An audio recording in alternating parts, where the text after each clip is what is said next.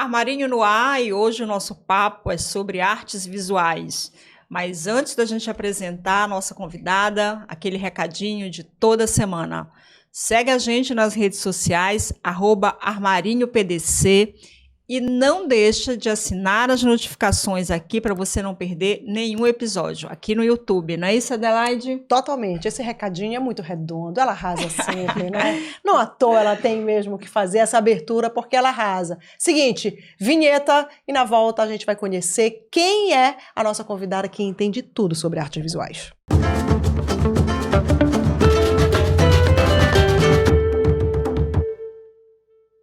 Armarinho de volta e a nossa convidada já está aqui, belíssima, né? Já contando 1000 novidades, mas só aguarda algumas dessas novidades para contar aqui no Armarinho, óbvio. Eu estou falando de Vânia Leal, que é uma curadora de arte, uma professora que mora em Belém há muitos anos, nasceu em Macapá e ela gosta sempre de falar, né, de onde ela veio, ela sempre fala disso com muito carinho.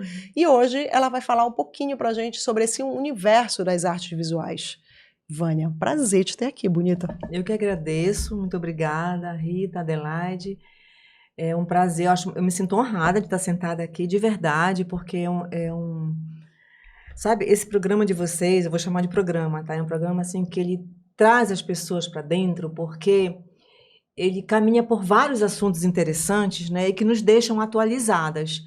Então, eu acho extremamente contemporâneo, sabe? Tem uma pegada leve também, né? Tem isso que vocês trazem, é importante essa leveza, né? E a gente vai se conectando com assuntos variados que eu acho super importantes. Falou em então, variado, a gente estava nessa crise, se variava ou não, porque tem gente que diz, não, vocês têm que focar num assunto só. Não, acho que não. Pelo contrário. Eu acho que quando vocês atravessam vários assuntos, é isso que faz a gente ficar super interessada, porque sempre tem, né, algum tipo de perspectiva que vocês trazem, que nos fazem pensar, que nos fazem principalmente aprender. Eu tenho aprendido muito. Eu não deixo de assistir. Não importa o assunto, sabe? Não, gente, a Vânia arrasando, né? Ela pode ser, inclusive, ela vai ser a nossa curadora aqui também. A gente já vai colocar ela aqui, porque quem decide aqui os convidados sou eu e Rita. Mas a Vânia já tá, agora a gente já vai dar para ela, vai assinar essa carteira dela aqui. Falando em curadora, o que é uma curadora, o que faz e como se forma uma curadora ou um curador? Então, né, eu vou começar pela palavra se forma curadora, né, que eu acho bem um pouco complexo, né, essa questão de formar curador. Eu tenho algumas faculdades, universidades hoje de curadoria, né, que eu acho importante, porque ali vai sistematizar também toda uma questão de cientificidade, experimentação, laboratórios, né, como se faz curadoria. Eu venho de uma geração que eu comecei fazendo a minha prática de ensino, que eu fiz na Universidade Federal do Pará, né, e a professora Ana Del Tabor, que eu quero aqui lembrar muito o nome dela, foi uma professora de prática de ensino. Então, ela ampliou a prática de ensino, que a gente não iria somente para as escolas, iríamos também para os museus, né? E naquele contexto, já tenho mais o quê? Acho que 17 anos de formada, acho que por aí. Naquele contexto, não era tão comum essa prática. E eu fui trabalhar no Museu de Arte de Belém, fazendo meu estágio.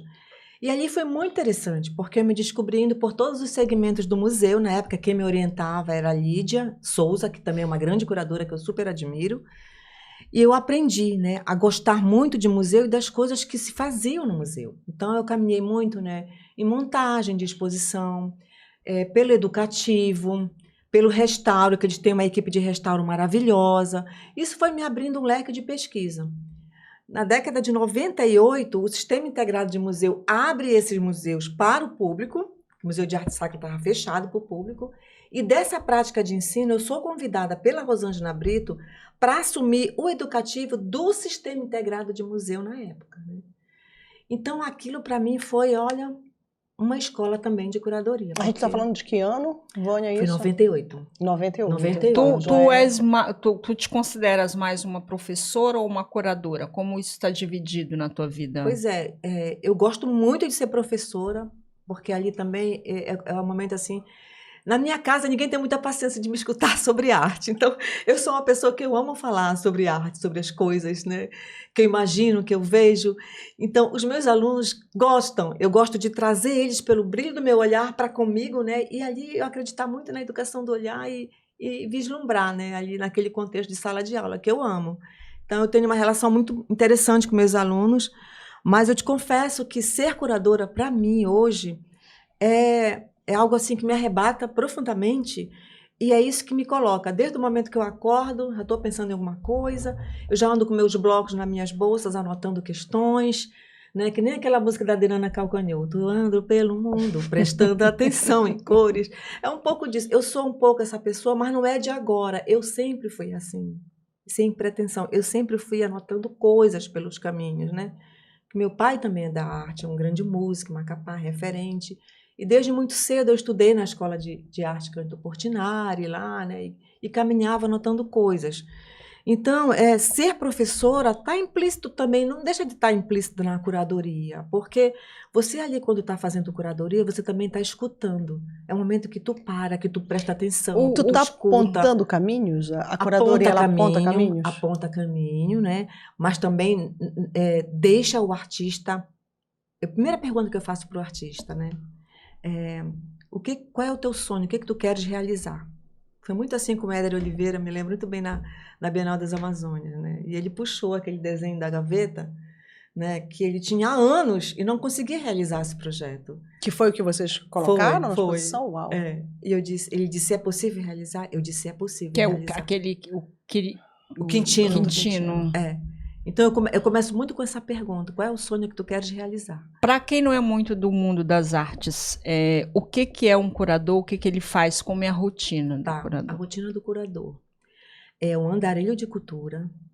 Tem muita gente que quer ser curador. Eu acho ótimo, acho louvável que venham mais curadores, né? Mas precisa ser um andarilho de cultura. Tem que ir em exposições, bastante. Tem que estudar. É um estudo, não é uma coisa que eu vou só ver essa exposição. Tu tem que sair daquela exposição com alguma coisa que te deu assim, alguma relação, que te provocou em alguma coisa, né? Então, o curador é aquela pessoa que gosta de estudar, é aquela pessoa que gosta de pesquisar, é aquela pessoa que gosta principalmente de escutar, porque a gente vive um contexto que praticamente é difícil tu ativar essa escuta, né? Muita gente quer falar muito. Hoje, eu falo assim, eu estou mais silenciosa, eu estou mais escutando do que falando. Então, quando a gente escuta muito, a gente aprende muito. Eu tenho viajado recentemente, eu fui para Manaus, eu entrei numa terra indígena, literalmente. O que eu saí dali escutando, as pessoas me mostrando o trabalho, entrando nos ateliês, verificando conversas, eu vim assim com um leque de pesquisa, né, que para mim é inesgotável. Então, ser curador é fazer conexões também. Por exemplo, eu estou vendo um trabalho, mas esse trabalho ele vai me remeter a um outro momento, de um outro trabalho, de outro artista. Então, eu faço as conexões também, porque quando tu vai montar uma curadoria, tu vai cruzar também, né? Trabalhos, tu vai atravessar poéticas, tu vai atravessar questões, tu vai fazer várias relações. Então, para fazer essas relações, você precisa se nutrir. O teu repertório precisa estar nutrido, né? Por exemplo, com a pandemia, o Instagram ele foi uma plataforma maravilhosa para mim, né? Para todas as pessoas que lidam com arte, com cultura. Os artistas começaram a se colocar no Instagram. Então, eu não passo um dia fuçando Instagram de artistas, né, fuçando páginas, né, virtual de artista, exposições que abrem no mundo inteiro. Então a pessoa precisa, né, ser muito curiosa muito também, curiosa, gostar de estudar, ter essa escuta fazer ativa. apontamentos, né? Eu sou do tipo, ainda por isso que a professora me ajuda nesse sentido, por isso que eu amo ser professora, que eu tenho agendas, eu gosto de anotar coisas, eu tenho vários tipos de agendas assim que eu vou catalogando, né? E eu sou muito metódica assim com a pesquisa, então eu anoto. E assim, eu tenho que fazer um texto. Na minha organização, eu já sei assim muitas coisas onde estão ali linkadas, né? Então eu faço essas interrelações. Por quê? Porque eu salvaguardo as pesquisas. As pesquisas para mim são preciosidades, né, que me ajudam no meu processo, né? Tem um livro da Fay Gostrov que eu gosto muito, que é Processo de Criação Artística. Ela diz uma coisa que eu acho super interessante. A criatividade, ela não cai do céu, ela é gestada. E o que é gestada?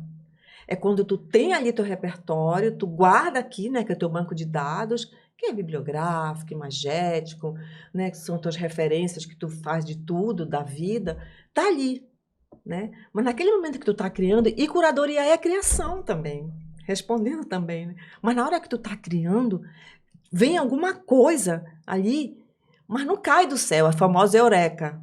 Tá gestado em mim porque eu guardei, né? E não só nos meus apontamentos, mas eu guardei também no Isso meu me preocupa repertório. um pouco com a nova geração, sem querer ser a tia chata que fala no meu tempo era Vai ser melhor. cancelada lá pelo. Se ainda tiver Mas- Twitter no dia que esse programa for pro ar, vai ser cancelada. É, lá. sem querer ser a tia chata na minha época era melhor, até porque não era. Eu gosto dessa época, eu sou uma mulher do meu tempo, que o meu tempo é este, mas eu sinto que a gente está com uma dificuldade de concentração para essa busca das referências, Uhum. das leituras, Uhum. ouvir as músicas, a maneira como a gente Uhum. consome, Uhum. né, essas referências. Uhum. Tu sentes também isso como um problema? Essa pressa e a falta de uma referência mais profunda?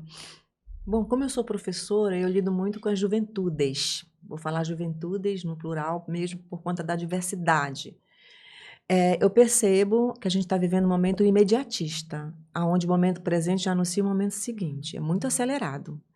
Então, a gente precisa desacelerar, de fato. Eu vejo muito isso. E até eu estou convivendo muito com a Paula Sampaio por conta de uma exposição que vai acontecer daqui a pouco, né? E ela tem me ensinado muito sobre isso, sobre o tempo analógico das coisas, né?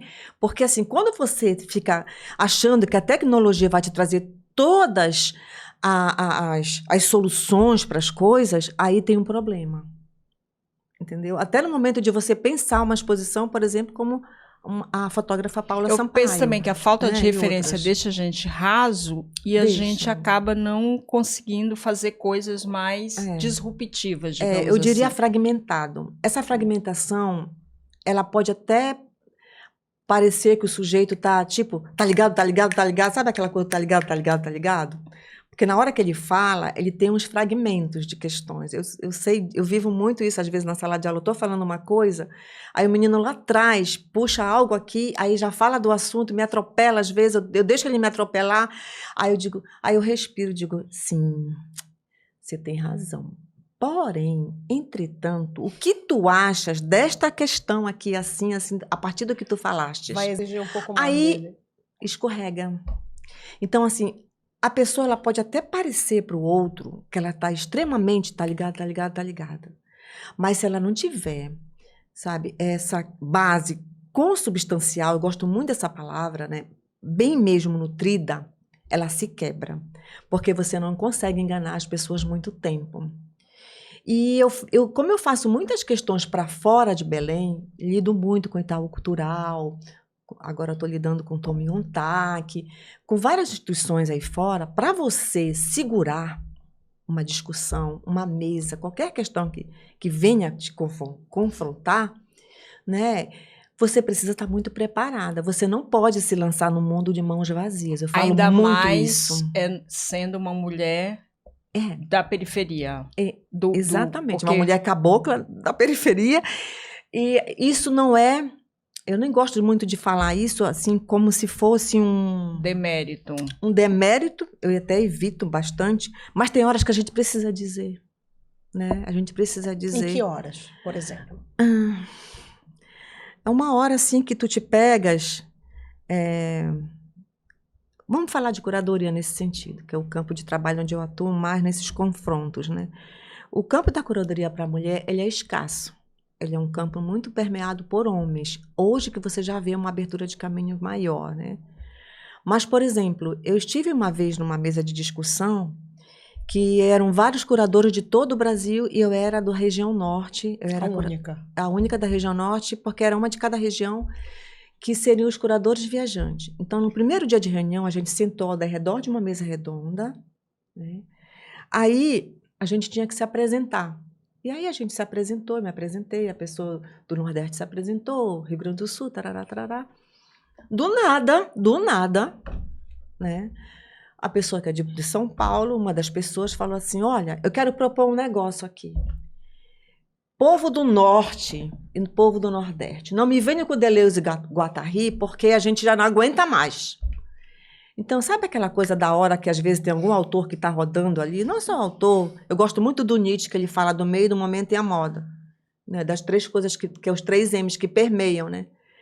Quando ele falou aquilo, eu disse assim, bom, eles vão me mandar embora para casa agora, mas eu preciso me posicionar, porque senão eu vou passar com esse sapo no meu estômago, esse projeto que vai durar 8 meses, eu vou adoecer e vão me achar que eu sou Deleuze e Guattari a vida inteira, e eu sou Deleuze e Guattari, e daí? Qual é o problema de ser Deleuze e Guattari, né?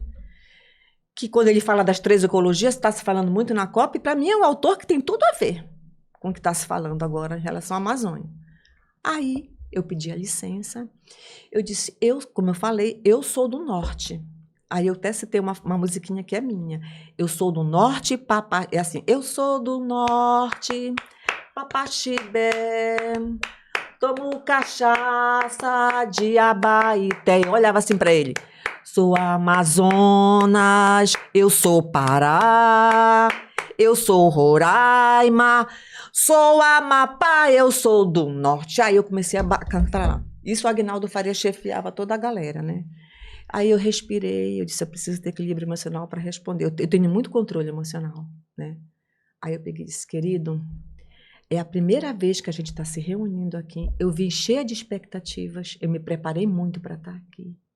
Aí no primeiro encontro, tu vem dizer para mim, uma mulher que é do Norte, Papaxibé, que eu não posso citar Deleuze e Guattari se eu não achar conveniente. Eu não gostei do seu posicionamento, você me desculpa. Gente, se vocês quiserem me mandar para casa, vocês podem me mandar, mas eu não vou levar essa para Belém do Pará de volta.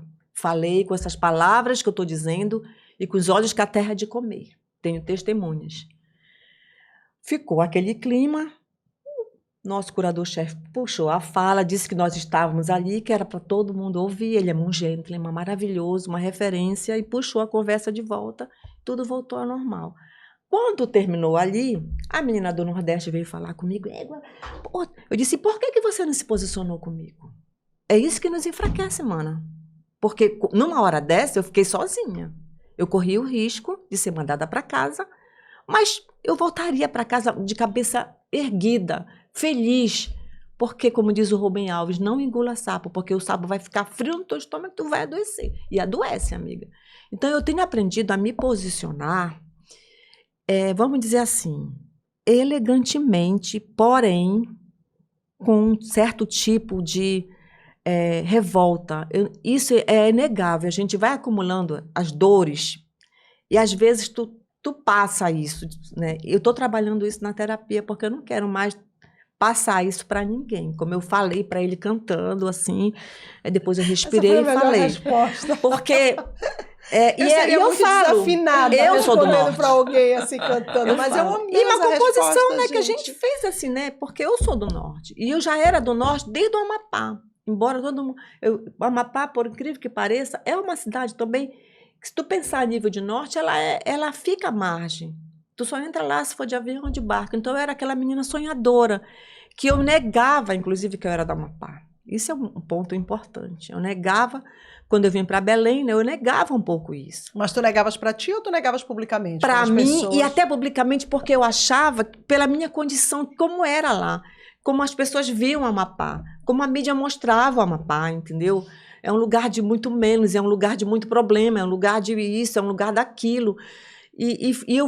Foi muito interessante porque eu comecei a ser cobrada por uma mana do Amapá, que é a Aline Monteiro, que é uma curadora também, que eu considero muito. Ela disse, mana, tu és nossa, tu precisa dizer que tu és nossa, para com isso. Todo mundo de Belém fala, a Vânia que é de Belém, a Vânia que é de Belém. Tu não és de Belém. E eu acho muito legal contar essa história, sabe? Porque, às vezes, o lugar que a gente mora, o entorno, o geral, ele diminui tanto o teu lugar que aquilo te afeta também, né? De que forma você é afetada também? Mas de que forma tu enxerga isso lá na frente? De que forma tu quer curar? E de que forma tu quer gritar para o mundo que tu é desse Amapá? Porque foi lá, tudo que eu sou de lá. A paisagem do Rio Amazonas. O meu pai que me levava para o único cinema da cidade, que era o Cine Orange. O meu pai que me levava para fazer aula no Cândido Portinari. O meu pai que reunia lá em casa jornalistas, que é o tio Alci Araújo, que é um super renomado, já partiu, né? Mas aí, na minha casa era uma casa de reunião, né? De músicos, de grandes músicos. Uma geração de músicos passou pela minha casa no Amapá. Todos os músicos que vão daqui de Belém, quando vão para minha casa, vão lá com o Nonato Leal, comer a gurijuba com o Nonato Leal. Né? Então, assim, por que eu não mergulhava tanto dessa história? Então, tu sempre foste muito próxima de arte e de cultura. Porque Desde esse criança. pai aí, essa família que tinha música, que valorizava o cinema, isso sempre esteve... Sempre foi. Né? Os teus alunos, eles têm essa formação? Eles chegam para ti na universidade com esse tipo de repertório? Isso é mais difícil para essa juventude do que, por exemplo, essa Vânia, menina que foi se construindo assim, quando decidiu fazer o curso e definir a carreira, né? Tu não estava falando de uma matéria-prima que tu desconhece, de alguma forma, né? Isso era o teu DNA, tava muito perto de ti. Mas essa juventude que está chegando na sala de aula agora? Pois é muito bacana essa tua pergunta, eu gostei imensamente, porque eu chego na sala de aula e eu pergunto para os meus alunos assim, né? Vocês sabiam que Belém tem quase 11 museus? Aí eles ficam assim, eu disse... Levanta a mão para mim aqui. Quem conhece museu em Belém? É interessantíssimo, o turista na própria cidade. A maioria levanta. Qual museu que tu conheces? O Museu Guild, porque a maioria vai quando é pequeno. Pasme, é verdade. Gente, infelizmente, assim, a gente tem uma juventude, em sua maioria, que não frequenta os espaços culturais em Belém. Está faltando alguma coisa. E eu trabalhei no museu na década de 90, né? E a gente tentava... Né, de toda forma, a escola pública é a que mais frequenta, porque a gente tem esses programas que levam, né, tal, tem outros projetos que a gente pode falar daqui a pouco também, que tem um projeto educativo que impulsiona que eles vão, né, estejam nesses espaços. Mas eu não percebo uma juventude que tem o interesse natural, eu queria naturalizar isso, que vá nesses espaços, né? Isso é uma característica, tu achas, muito daqui, ou isso nacionalmente a gente pode ver? Que é dessa geração? Acho que é da região norte. A região norte precisa se fortalecer em todos os sentidos, principalmente na educação para a arte, educação para olhar, educação para estar nesses espaços, fazer eles se sentirem... Porque também a pessoa não vai porque às vezes ela não quer, ela não vai também porque ela é desinformada, porque faltou também um processo de incentivo, de educação, e tudo passa pela educação. Às vezes de achar que aquele lugar não é para ela. Não é para ela. Né? Então, às vezes, eu trabalhava no museu, assim, eu tomava às vezes um táxi, me leva no museu. Ele dizia assim, qualquer pessoa pode entrar aí. Então, eu acho que o educador, que eu também me sinto uma arte educadora, é aquela que faz assim em todo lugar. Eu já dizia o dia que podia entrar gratuito, que ele podia trazer a família, que era isso, que era aquilo. Então, assim, falta ainda, eu vejo que falta, é uma questão de política pública, né? E assim, assim, a gente tem uma secretária de cultura que é muito ativa, né, que está muito atenta a ter essa noite no museu, que também eu achei que foi incrível, porque não é o calor de Belém, não é o corre-corre de estacionar no centro histórico. As pessoas vão ver. Eu sinto que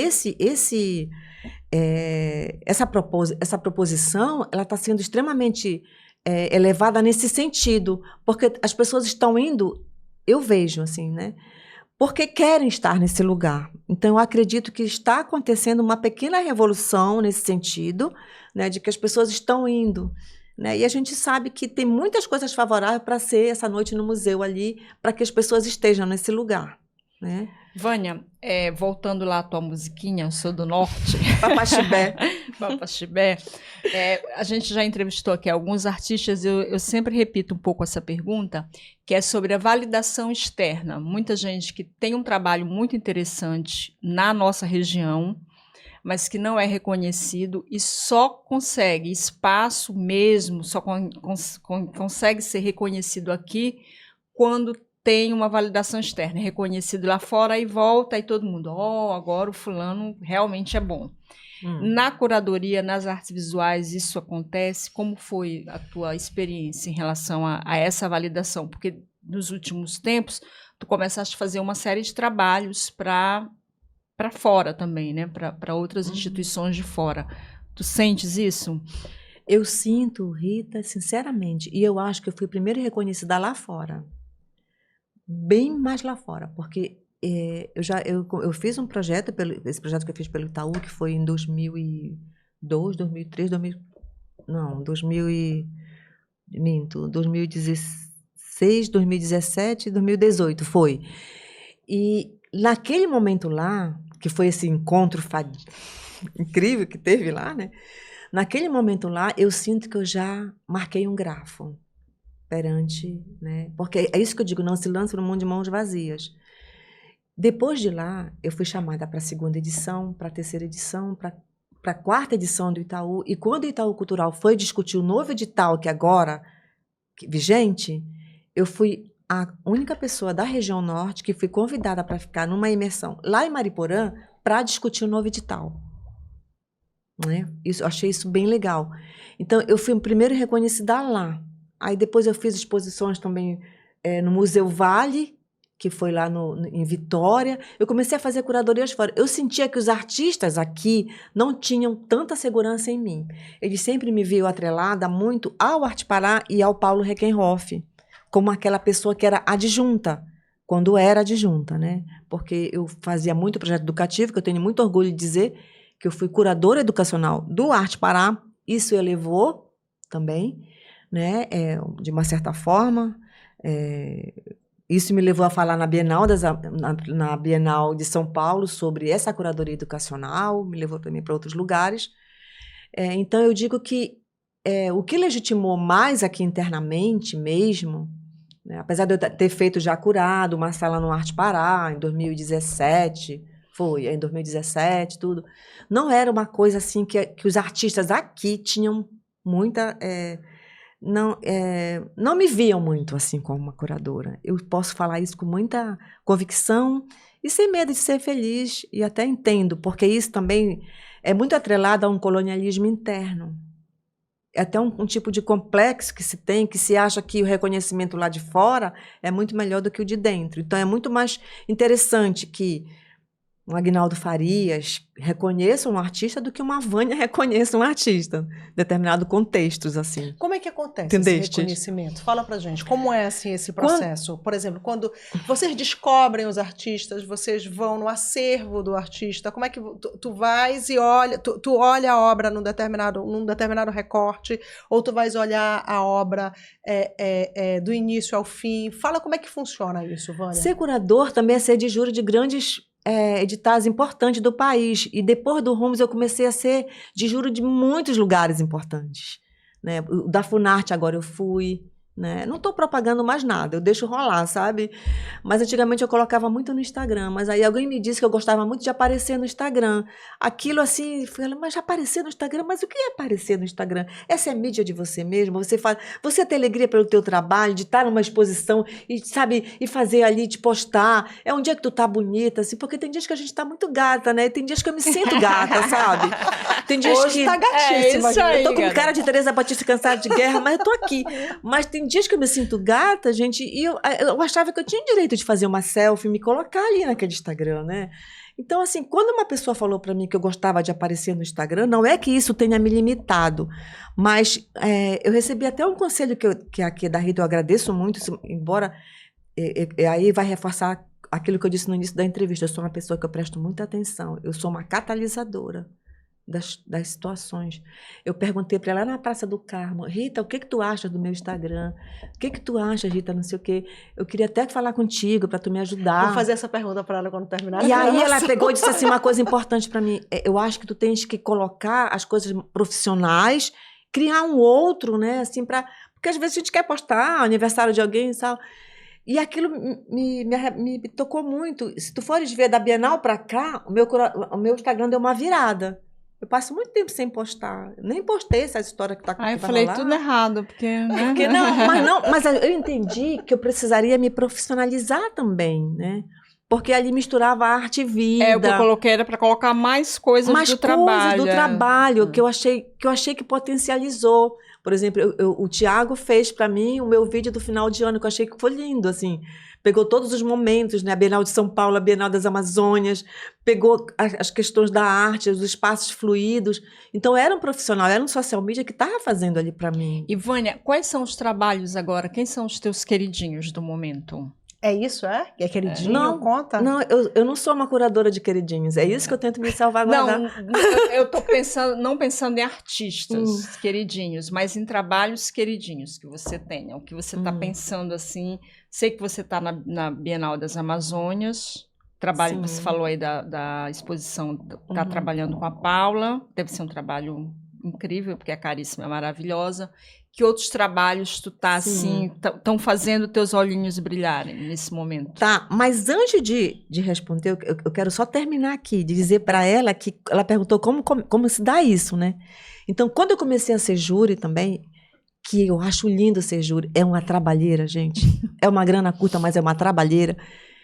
E eu sou de anotar, sou do analógico. Então, ali já é uma pesquisa curatorial, porque ser júri é me permitir viajar em todo o Brasil, gente, mergulhar em todos os projetos.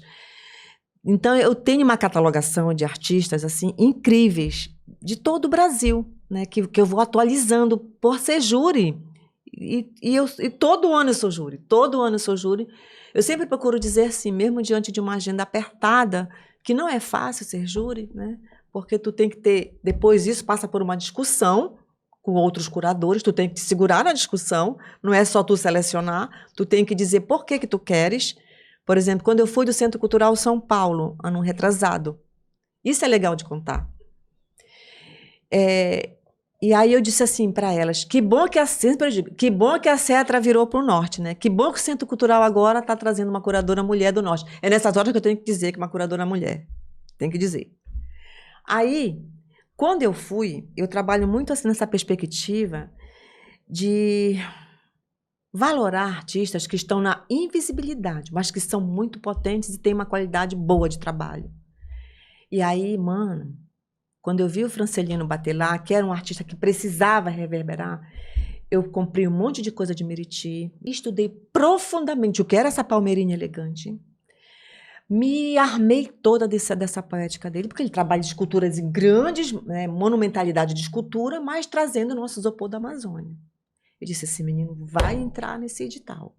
Aí vi uma outra artista, que era a Elisa Arruda, que é uma artista que eu acompanho, que eu amo o trabalho dela, ela é muito cuidadosa, é uma artista também muito fluente.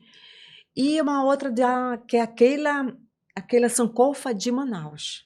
E peguei outros tantos da região norte, que meu papel é a região norte. E aí eu fui lá para frente defender. Porque se tudo é mole, mano, não entra ninguém. Tu tem que lutar também aí. Tu tem que, né, se fortalecer. Garantir essa vaga. Garantir essa vaga pelo. Aí, e quais são isso é ser curador. E que critérios? Os critérios geralmente é o edital que coloca. Critérios, por exemplo. Mas tu leva o quê? A inovação, tu leva o deslumbramento, tu tá levando uma técnica apurada, o que tu... Eu levo a experiência do artista com o lugar que ele tem. Isso, para mim, é fundamental. Esse artista tem uma experiência com o lugar. Olha aqui, o Francelino, aí eu puxava. Mano, São Paulo eu não conhecia, amiga. Quando eu comecei a puxar assim, né? Essa palmeirinha elegante, ela faz de tudo, gente. Tem um festival, faz licor, faz tudo, faz os brinquedos. Eu comecei a falar da produção anual dos artesãos que vêm para cá vender os brinquedos, comecei a mostrar. E esse menino é artista e usa a matéria-prima do Meriti. E eu comecei a puxar. Quando eu falava do tamanho das esculturas, eles ficaram maravilhados e o Francelino entrou. Para resumir a ópera, os colecionadores de São Paulo, que está lá, né, amaram o trabalho do Francelino. Ele me ligava de lá para me ajudar a precificar, eu ajudava, mas não é muito. Não é muito. Valorize seu trabalho, é isso. Depois ele foi para Santo André, começou a expor, ele disse, você vai estar na Bienal, ele veio para a Bienal, e o trabalho dele explodiu também na Bienal, o Zeca Camargo amou, né? Não só o Zeca Camargo, inclusive um dos curadores, que é muito antigo também, veio aqui, disse, pediu o contato. Enfim, gente, eu acho que ser curador é isso, é também trabalhar na margem, né? Por exemplo, a Bienal foi uma coisa assim, né? Foi um jogo também que me deixou em mais lençóis, em muitas situações, porque não dava para todo mundo. Mas eu sabia que eu queria também trazer artistas nessa perspectiva de invisibilidade, né, que estão à margem. Né? Um outro artista foi o Barro Aceso. Nunca esteve em exposição nenhuma. Eu corri o risco, corri.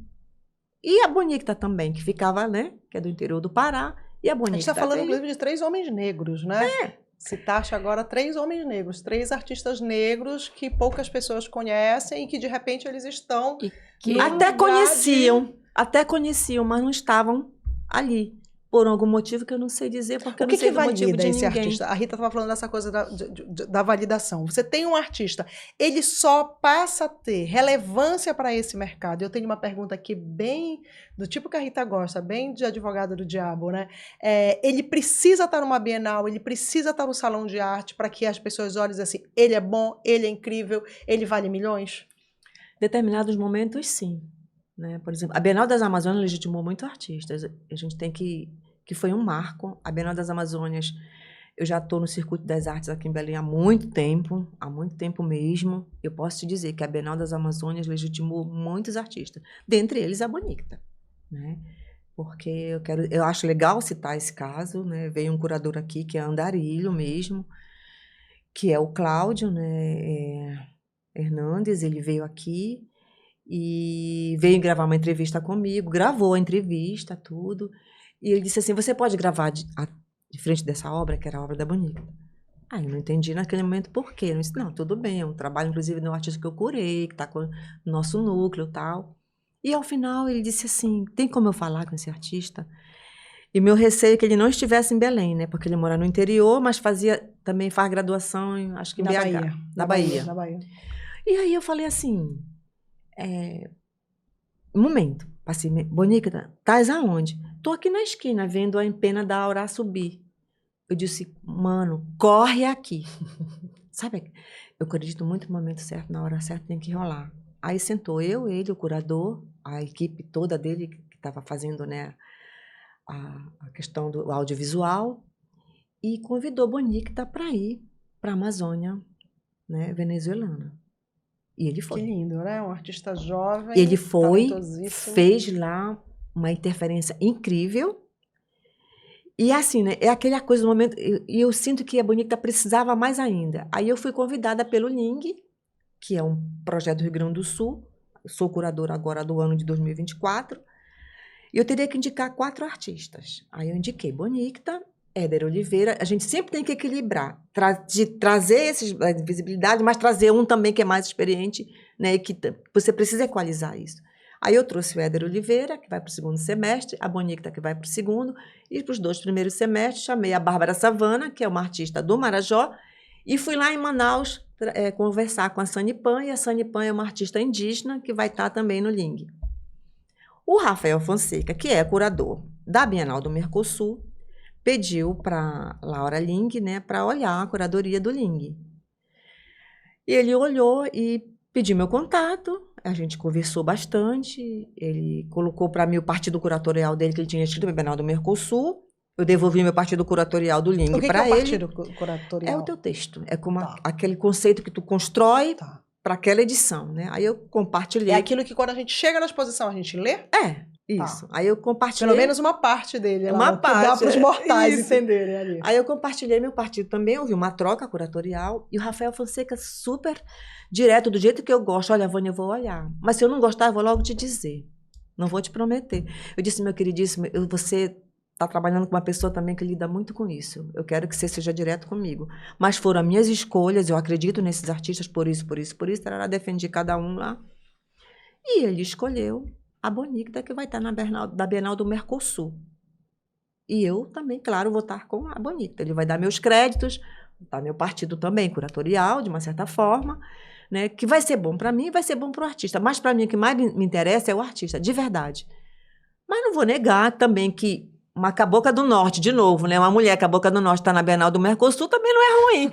Tá, meu bem? Olha, eu vou fazer a minha pergunta, que quem normalmente faz esse tipo de pergunta é a Rita, que a Rita é danadíssima, mas agora me passou aqui. Agora não, já vinha pensando nela há um tempo. Exposições, a gente falou que muitas pessoas às vezes nunca acessaram, né? Um motorista que uma vez já te levou a Rita, será que eu posso entrar e Sim. tal? As pessoas ainda têm muito isso. Mas a arte, né? O museu, uma exposição, são elitistas? As pessoas não entram porque têm medo, não entendo, não conheço, nunca vi, você é obrigado a gostar. tem ali um selo de que aquilo deve ser consumido só pela elite? Tem, porque se tu for fazer um recuo na história, na historicidade, ver como que surgem os museus, eles eram somente para os nobres, para as classes mais favorecidas, né, que iam contemplar aquilo, né, aquelas esculturas no pedestal. Isso veio se arrastando. Isso se deu muito no Brasil na década de 80, com a Ana Meyer Barbosa, quando ela vai colocar a questão do estudo das imagens nas escolas, ela vem quebrar muito isso e ela fala muito sobre isso, o quanto que precisa democratizar, o quanto precisa aproximar o museu das pessoas, né? Ela fez um trabalho maravilhoso que reverbera até hoje. Ela é a minha referência em arte e educação. Eu comungo muito com a Ana Meyer Barbosa e ainda é elitista, assim. Precisa quebrar, né? Não vamos também dizer que a cultura periférica também é algo muito positivo, que tem se aproximado com muita força, veemente, e elas têm muita propriedade, elas não têm medo desse lugar. Eu acho isso muito forte mesmo, assim, sabe? Como eles vêm, entram nos lugares, né, e participam de uma forma ativa. Não tem esse constrangimento. Esse lugar não me pertence. Mas ainda precisa quebrar muito. Ainda digo sim, é política pública que precisa intensificar, né, propagar mais isso, sair mais ali do seu lugar, né, não vou falar cômodo, né? Porque é muito difícil também trabalhar no museu. Eu já trabalhei em museu, a gente quer realizar muitas coisas, a gente faz muitas coisas e a gente não alcança o público. Eu também passei por esse lugar, né? E eu sei que faltou muito isso também. Então, precisa ampliar, precisa reverberar, precisa espraiar para todo o campo do mundo, sabe? Seja na rádio, seja no armarinho, seja nas redes sociais. Ainda mais agora com as redes sociais, se propagar que todos têm direito. Né? Não tem o direito à educação, todos têm direito à arte, todos têm direito tem festival de ópera que é gratuito, tem tantas coisas que são gratuitas, né? E não tem essa desculpa, eu não vou porque eu não posso pagar. Os museus têm os dias que são gratuitos, né? A nossa secretária está abrindo aí também mais dias que as pessoas podem estar entrando nos museus, isso é muito favorável, são isso que precisa propagar. Porque as pessoas, às vezes, elas querem participar, mas precisa também convidá-las, se senti-las fazer partícipe daquele momento, daquele contexto. Então, isso também é exclusão. Se tu fores ver, isso é um tipo de exclusão também que ocorre, né? E eu fico assim, por que isso não alcança o patamar da educação? Né? Se for ver o princípio básico da educação, é que todos têm direito à educação. Né? Briga-se por isso. Eu sou da Secretaria de Educação, e a gente luta por isso. Vai, aonde o ensino médio não chega, tem que alcançar ali, tem que ir, porque todos têm direito. E essa luta de ter que ir, de ter que dizer, não importa quantas vezes que precisa, de fato, o artista tem que ir onde o povo está, né? Diria. Tem que conscientizar, e é processo de educação isso, política pública, amiga, sabe? Assim, mesmo de intensificar isso, sabe? Vânia, eu não quero, a gente nem tem tempo aqui para esse debate sobre o que é arte, porque esse é um debate enorme, né, que muita gente vem fazendo. Arte às vezes nem se define, muitos autores dizem que a arte nem se define, né? A arte com A maiúsculo, a arte, né? Principalmente hoje, né? Mas tem um folclore que eu acho às vezes engraçado, da coisa das pessoas no museu e de não saber se aquilo é, sei lá, tem as piadas, né, da pessoa que ficou ali olhando o extintor de incêndio meia hora, analisando aquela obra, e veio o segurança, pega o extintor e leva. A arte contemporânea tem disso. Tem né? disso. Como é que vocês, curadores, encaram esse folclore e lidam com essas anedotas em torno dos objetos artísticos hoje? Não só encara, como já passou por isso também. Eu ia perguntar, eu imagino que porque já viveram o grande problema de assim. você estudar arte é que tu vai tão assim, sabe?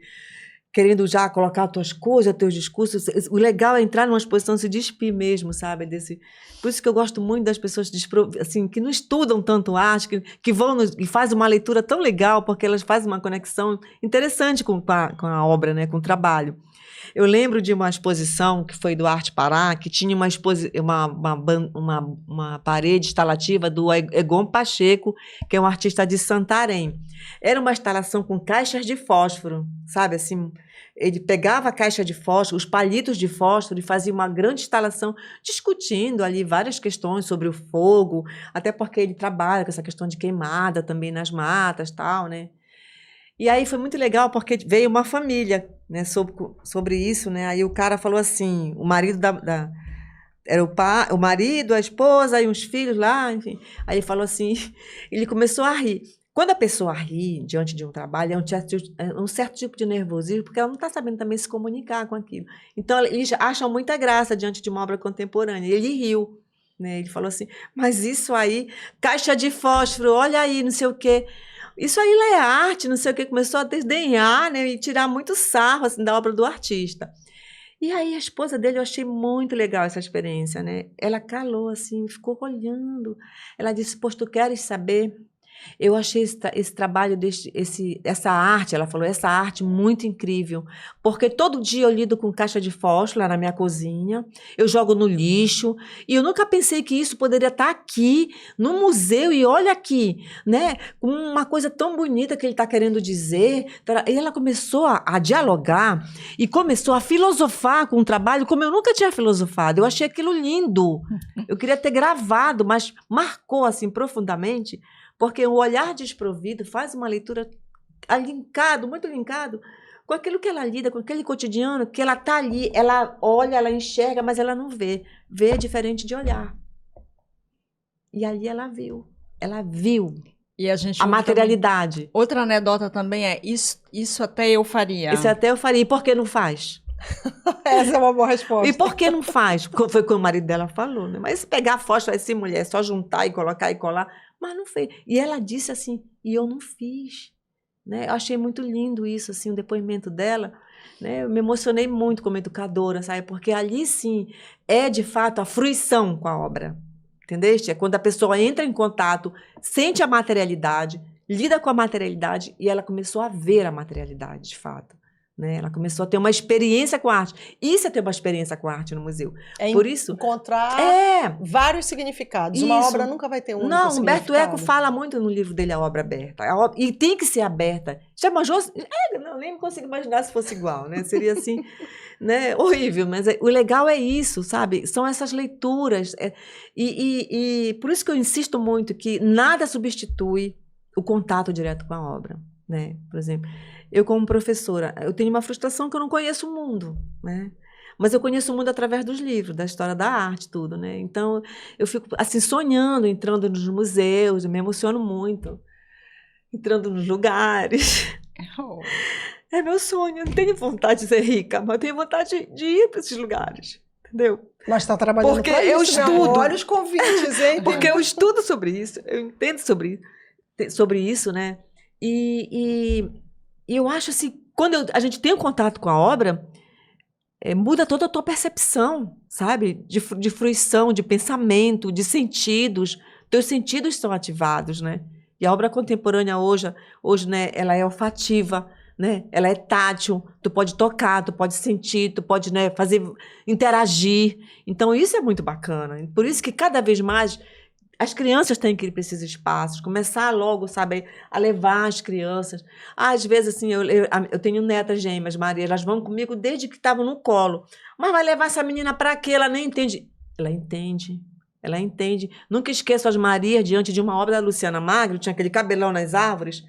Eu tenho isso gravado, as Marias dizendo, olha, vó, tá se escondendo da bruxa, né, com esse cabelo dela, e o cabelo dela vai se enrolando nos cipós, né, da árvore e tudo. A criança, ela tem a percepção imaginativa dela, linda, maravilhosa, leva, porque é ali que começa toda uma história. Foi assim que começou comigo, meu pai me levando para esses lugares, né? Vânia, como isso. É lindo te ver, né? Emocionada, falando Vânia é muito sobre apaixonada pelo trabalho. Porque um dia eu vou pro mundo. Estamos trabalhando nisso e leva a gente para explicar o que a gente não conseguiu perceber. Vânia, é bacana ver tua emoção, mas fatalmente eu lembro, e a gente fala sempre também com vários artistas que passam por aqui, que para atacar um determinado momento a cultura brasileira, as artes visuais brasileiras, pegaram alguns exemplos de algumas exposições, porque aquela obra não é apropriada para crianças, ou então, é delicado, né? E vocês foram colocados nessa fogueira, Uhum. né? Desse discurso que é Uhum. muito da extrema-direita, de você condenar a arte Sim. e os artistas.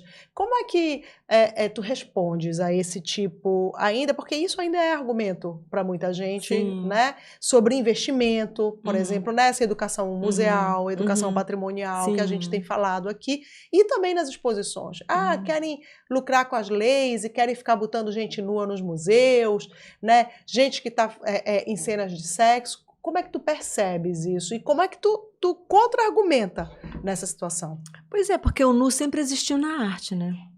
Se tu for olhar Vênus de Lindorf, né? Se tu for olhar para trás, fazer um recuo na história, essa necessidade de colocar o corpo ali, né? Quer seja no sentido de fertilidade, quer seja no sentido de várias questões que tinham, né? Para os povos, falando dos povos pré-históricos, né? O nu sempre existiu na arte e eu vejo assim que a criança ela não tem essa malícia que o adulto tem, sabe? Quando eu digo que a criança ela vai ali para aquele campo, né? E ela tem aquele contato, é impressionante como ela age com uma naturalidade, né? Tão fluida que ela consegue se conectar, sabe? A partir de uma história que pode contar para ela ou deixa ela contar a sua história, né? Eu vejo isso como um processo de muita censura que a gente viveu, que é político, a gente sabe que a gente viveu, né, recentemente.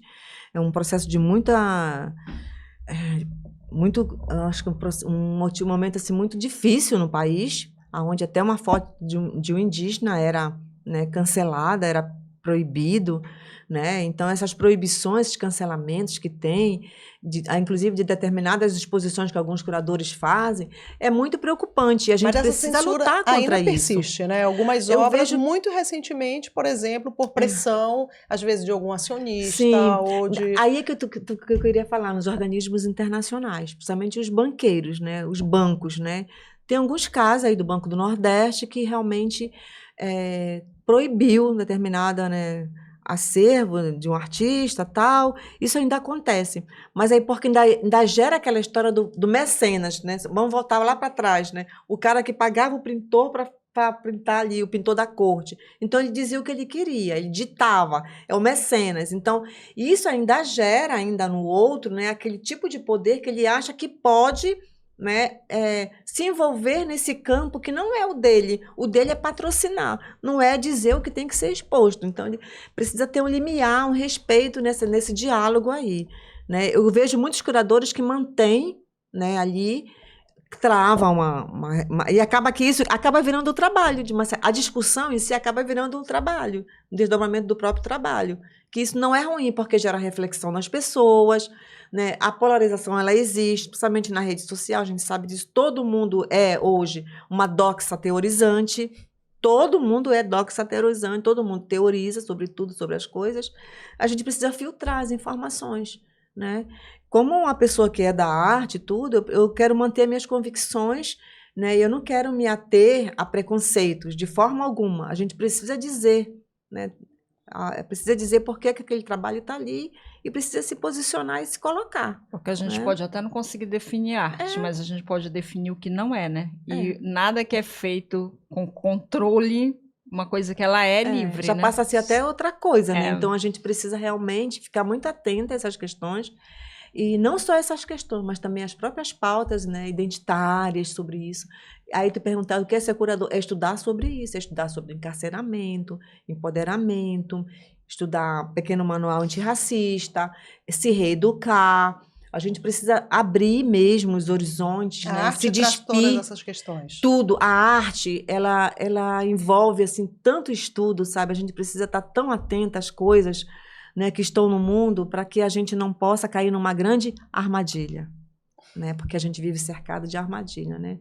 Uma palavra em falso, qualquer coisa, você pode se autoderrubar ali na hora. Então você precisa estar atento. Eu queria muito saber, a gente falou, né, tudo isso, mas aprofundar aqui um pouquinho ainda sobre como foram 3 curadoras na Bienal das Amazônias. Eram 3. 4. Quatro curadoras. 4 curadoras. Como foi o trabalho de vocês, assim? Porque, assim, primeiro que a Bienal das Amazônias é um projeto incrível, incrível, sensacional, assim, né? Merece toda a honra, glória e todos os patrocínios possíveis e imagináveis. Sim. E ele tem fôlego, ele vai continuar. Vai. Como foi esse trabalho de vocês para vocês selecionarem? Foi a primeira vez que a gente teve aqui, e eu acho que no Brasil, né? A gente está falando de Brasil, uma exposição em que 100% desses artistas estavam, né, nessas Amazônias, e esse trabalho tu estavas também. Fala um pouquinho sobre essa curadoria específica. Olha, primeiro eu quero não posso deixar de não falar na Lívia, né? Porque a Lívia, para mim, a Lívia Conduru, eu conhecia muito a Lívia, assim, né, de ouvir falar, tal, não era uma pessoa que eu tinha muita proximidade. Eu fui ter um contato mais íntimo, assim, de perto com a Lívia, quando eu fui curadora da Elaine Arruda, e ela era produtora. E ela me falou, olha, eu estou desenhando um projeto da Bienal das Amazônias, tarará. E ali, né, ela me falou, passando, tal, e ali ficou, né. Mas depois a história se configurou, né? E eu acho, assim, que a atitude dela também foi uma coisa muito... Eu não gosto da palavra ineditismo, porque não existe nada de novo além do sol, né? É até bíblico isso, é Salomão. Mas eu digo que ela foi extremamente antecipadora quando ela decide que seria uma curadoria realizada por mulheres. E, para mim, isso teve um sentido muito forte, porque eu tinha passado por uma experiência bem difícil, sabe? Com um curador homem, né? A gente sempre passa, não tem como. A gente não tem que se deixar adoecer, não tem que se deixar contaminar, tem que passar por isso. E é bom que a gente passe por esses desertos, que é para a gente se fortalecer. E quando ela fez essa proposta, eu achei extremamente político, né? Ali já começou o sucesso da Bienal, quando ela decide que seria uma curadoria de mulheres. E que não seria uma curadora, mas um corpo. E que não seria uma curadora, seria um corpo curatorial de 4 mulheres diferentes, com pensamentos diferentes, mas tão aguerridas quanto, né? Então, a primeira imersão foi com a Flávia Mutran, que é daqui do norte, né, Marabá.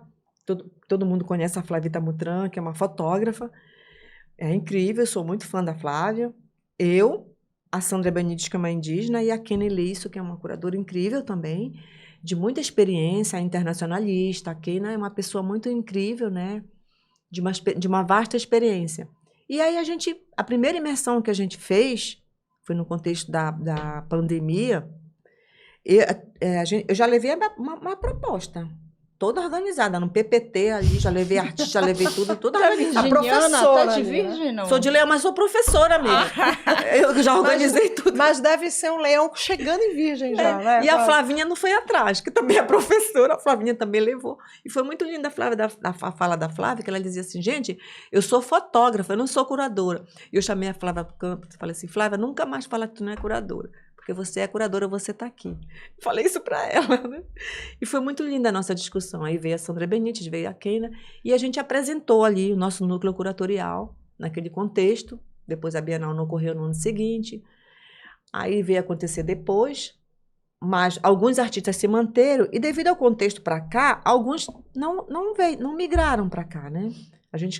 Porque eu viajei também, as outras curadoras viajaram, e mudou-se também o contexto, muda-se o artista, muda-se o tempo, né? E a gente também acompanha isso.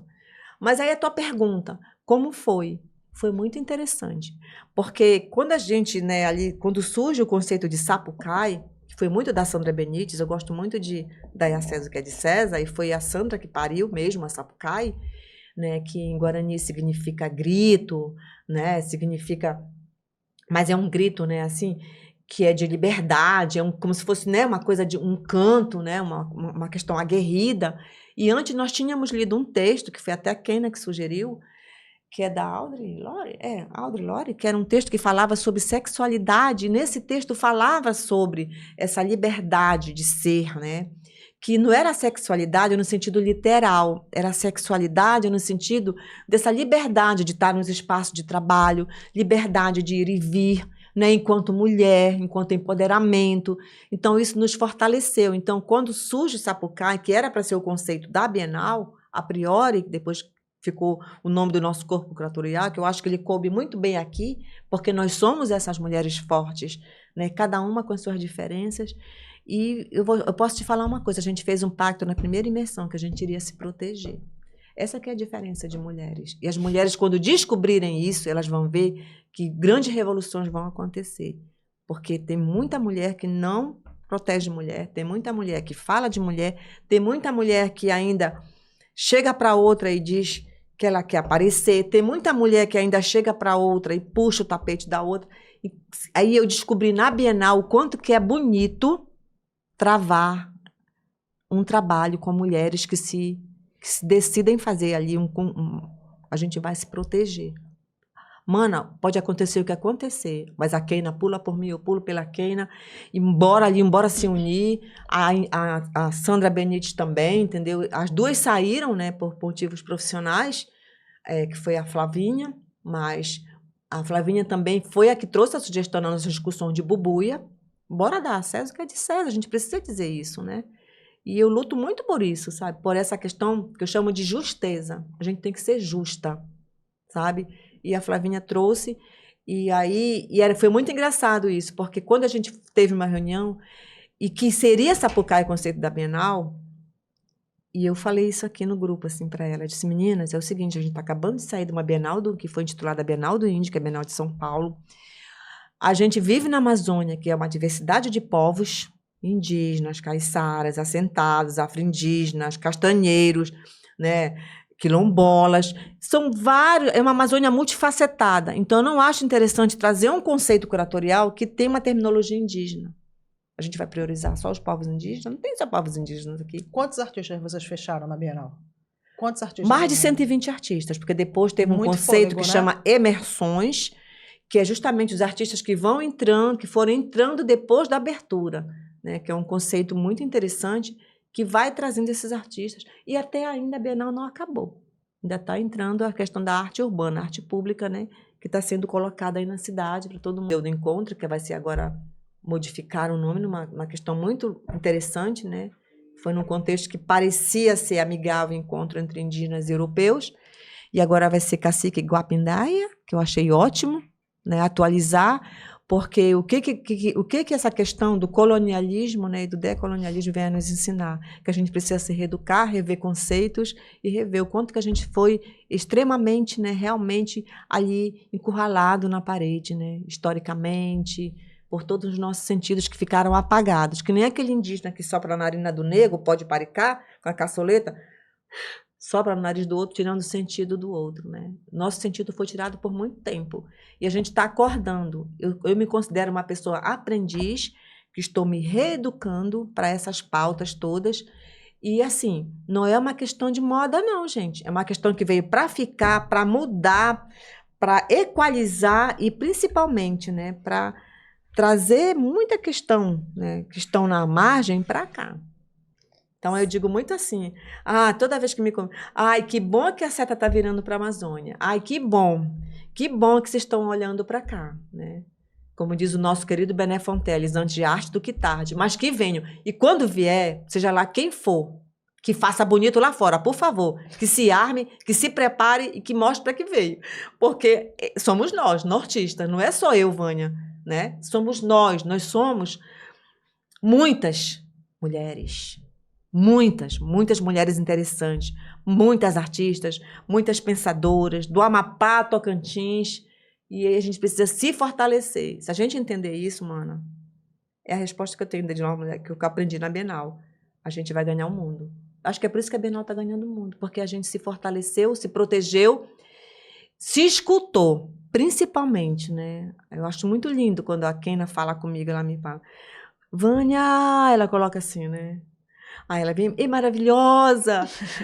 Ei, mano, o que tu acha, assim? Aí eu digo, vambora, que tal, assim, tal? Então, ela me respeita muito, eu a respeito muito, e aí a gente conseguiu fazer. Que no final ficou entre eu e a Keina, né? Nunca esqueça, a gente ali de madrugada, a Rita acompanhou muito, a gente montando ali, e eu contando, meu Deus, faltam 2 dias, a Bienal em obra, e a gente subindo trabalho. E a equipe da museologia sobe, desce e dá montagem. Gente, quando a obra do Quintino subiu, eu até postei no meu Instagram. A tal obra de Éder Oliveira. Gente, enorme. Realizou e o sonho eu tava do com o sapato o dia inteiro, eu tirei, fiquei de meia naquela poeira lá, vendo o trabalho subir, emocionada, assim, né? naquele É paredão. lindo, é Olha, lindo. se De ela madrugada é, isso. se ela é aprendiz e já sabe tudo isso, imagina quando ela souber um pouco mais. Não, olha, uma coisa que eu aprendi muito hoje nesse papo com a Vânia é como é bonito a pessoa ser apaixonada pelo que faz, né? Isso. É lindo. E o dia que meus olhos não brilharem mais é diante de alguém, que eu não contaminar alguém, É uma aí eu vou lá pro delícia. interior, como meu marido quer ir, né? Que fala toda hora quer ir pro interior. Mas o interior tem muitas coisas interessantes também. De lá eu vou estar fazendo alguma coisa. É uma delícia te ouvir falar sobre esse processo. É lindo. Foi ótimo, Vânia. Acabou. Foi incrível. Eu quero falar mais! A gente vai fazer o seguinte, já que ela quer falar mais, mentira. o que a gente vai fazer com ela, a gente vai fazer uma provocação e ela vai fazer um conteúdo só pra você que segue aqui a gente no Instagram, tá bom? A Vânia, a gente vai dizer pra ela fazer uma curadoria. E se o Armarinho fosse uma pequena galeria? A gente quer 3 artistas. Topa? É isso aí. Topam. Topou? Pronto. E aqui no Armarinho, aqui no YouTube, terminamos, né? Ai, que pena. Eu Mas queria ter falado, semana mas foi que muito vem bom. tem mais. Tchau, Beijo, tchau. até semana que vem.